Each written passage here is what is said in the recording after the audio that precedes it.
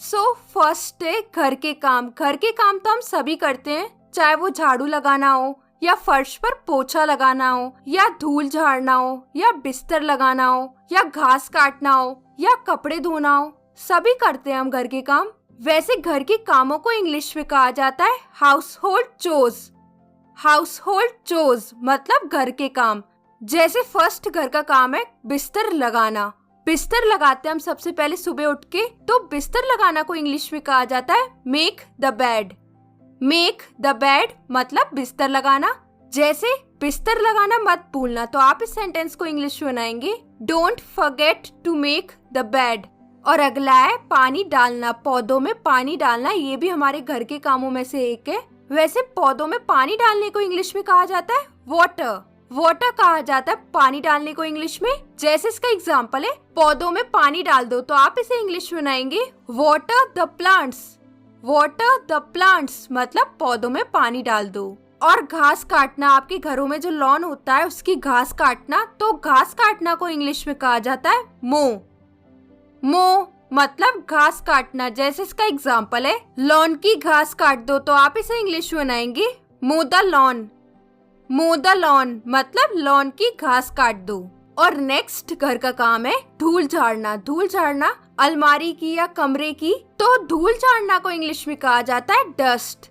Dust कहा जाता है धूल झाड़ना को इंग्लिश में। जैसे इसका एग्जांपल है अलमारी की धूल झाड़ दो, तो आप इस सेंटेंस को इंग्लिश में बनाएंगे डस्ट द कबर्ड। नेक्स्ट है कूड़ा बाहर निकालना। कूड़े को बाहर निकालने को इंग्लिश में कहा जाता है take out the trash. Take out the trash मतलब कूड़ा बाहर निकालना। जैसे इसका एग्जांपल है मैं रोज कूड़ा बाहर निकालती हूँ, तो आप इस सेंटेंस को इंग्लिश में बनाएंगे I take out the trash daily. और फेंकना कूड़े को कूड़ेदान में, तो फेंकना को इंग्लिश में कहा जाता है थ्रो अवे। थ्रो अवे मतलब फेंकना। जैसे इसका एग्जांपल है मैं कूड़ा कूड़ेदान में फेंकती हूँ, तो आप इसे इंग्लिश में बनाएंगे I throw away the trash in the dustbin. या फिर आप बोल सकते हो I throw away the trash in the trash can मतलब मैं कूड़ा कूड़ेदान में फेंकती हूँ।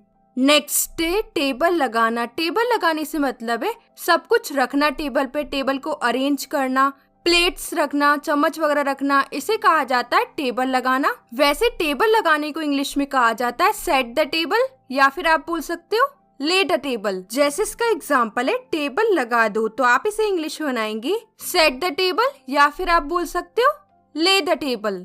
और नेक्स्ट है मेज साफ करना। मेज साफ करना, टेबल को साफ करते हो आप खाना खाने के बाद, तो उसे कहा जाता है मेज साफ करना। वैसे मेज साफ करने को इंग्लिश में कहते हैं क्लियर द टेबल।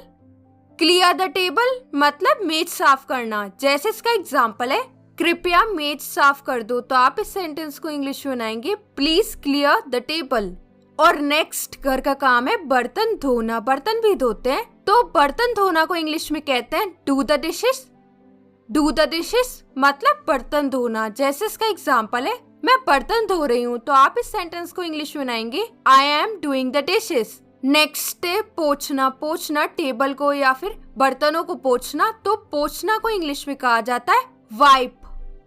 वाइप मतलब पोंछना। जैसे इसका एग्जांपल है बर्तनों को पोंछ दो, तो आप इस सेंटेंस को इंग्लिश में बनाएंगे वाइप द डिशेस मतलब बर्तनों को पोंछ दो।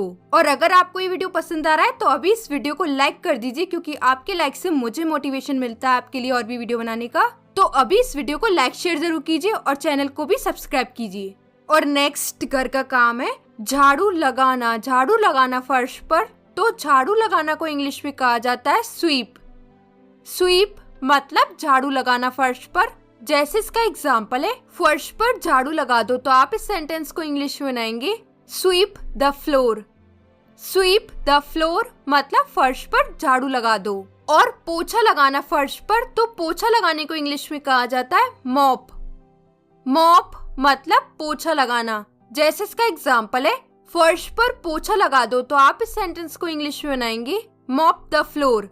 और नेक्स्ट है सफाई करना। वैक्यूम क्लीनर से किसी स्थान की या किसी वस्तु की सफाई करना, तो वैक्यूम क्लीनर से सफाई करने को इंग्लिश में कहा जाता है वैक्यूम। वैक्यूम मतलब वैक्यूम क्लीनर से सफाई करना। जैसे इसका एग्जांपल है कालीन की वैक्यूम क्लीनर से सफाई कर दो, तो आप इसे इंग्लिश में बनाएंगे वैक्यूम द कारपेट या वैक्यूम द रग। रग और कारपेट दोनों का मतलब होता है गलीचा या कालीन। और मार मार के साफ करना कालीन को कुछ इस तरीके से अलगनी पे टांग कर, इसे कहा जाता है बीट द रग, मतलब मार मार के साफ करना कालीन को, कालीन में से धूल निकालने के लिए। और नेक्स्ट है इस्त्री करना। इस्त्री करना कपड़ों पे, तो इस्त्री करना को इंग्लिश में कहा जाता है आयन। आयन मतलब इस्त्री करना। जैसे इसका एग्जांपल है, इस शर्ट को इस्त्री कर दो, तो आप इस सेंटेंस को इंग्लिश में बनाएंगे आयन दिस शर्ट। और तय करना कपड़े वगैरह को, तो तय करने को इंग्लिश में कहा जाता है फोल्ड। फोल्ड मतलब तय करना कपड़ों को। जैसे इसका एग्जांपल है, कपड़ों को तय कर दो, तो आप इसे इंग्लिश में बनाएंगे fold the clothes. Fold the clothes मतलब कपड़ों को तय कर दो। और चादर बदलना, चादर बदलना को इंग्लिश में कहा जाता है change the sheets. Change the sheets मतलब चादर बदलना। जैसे इसका एग्जांपल है, चादर बदल दो, तो आप इसे इंग्लिश में बनाएंगे change the sheets. Change the sheets मतलब चादर बदल दो। और नेक्स्ट घर का काम है कपड़े धोना, गंदे कपड़े धोना। तो कपड़े धोना को इंग्लिश में कहा जाता है डू द लॉन्ड्री या डू वंस लॉन्ड्री। जैसे इसका एग्जांपल है, मुझे आज अपने कपड़े धोना है, तो आप इस सेंटेंस को इंग्लिश में बनाएंगे I have to do my laundry today. और लटकाना कपड़ों को बाहर अलगनी पर, तो उसे कहा जाता है इंग्लिश में हैंग आउट।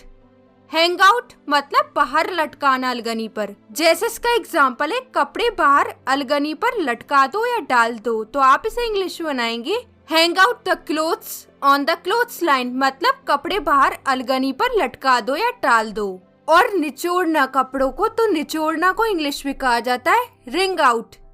रिंग आउट मतलब निचोड़ना। जैसे कपड़े निचोड़ लो, तो आप इस सेंटेंस को इंग्लिश में बनाएंगे रिंग आउट द क्लोथ्स मतलब कपड़े निचोड़ लो। और सुखाना कपड़ों को, जैसे आप वॉशिंग मशीन के ड्रायर में सुखाते हैं, तो सुखाना को इंग्लिश में कहा जाता है ड्राई।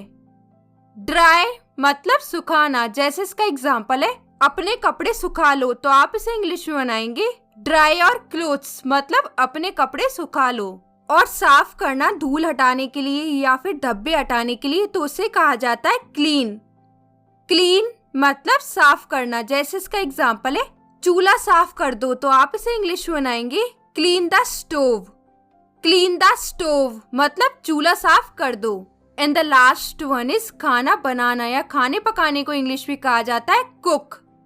कुक मतलब खाना बनाना या खाना पकाना। जैसे इसका एग्जांपल है, मुझे खाना बनाना आता है या खाना पकाना आता है, तो आप इसे इंग्लिश में बनाएंगे I know how to cook.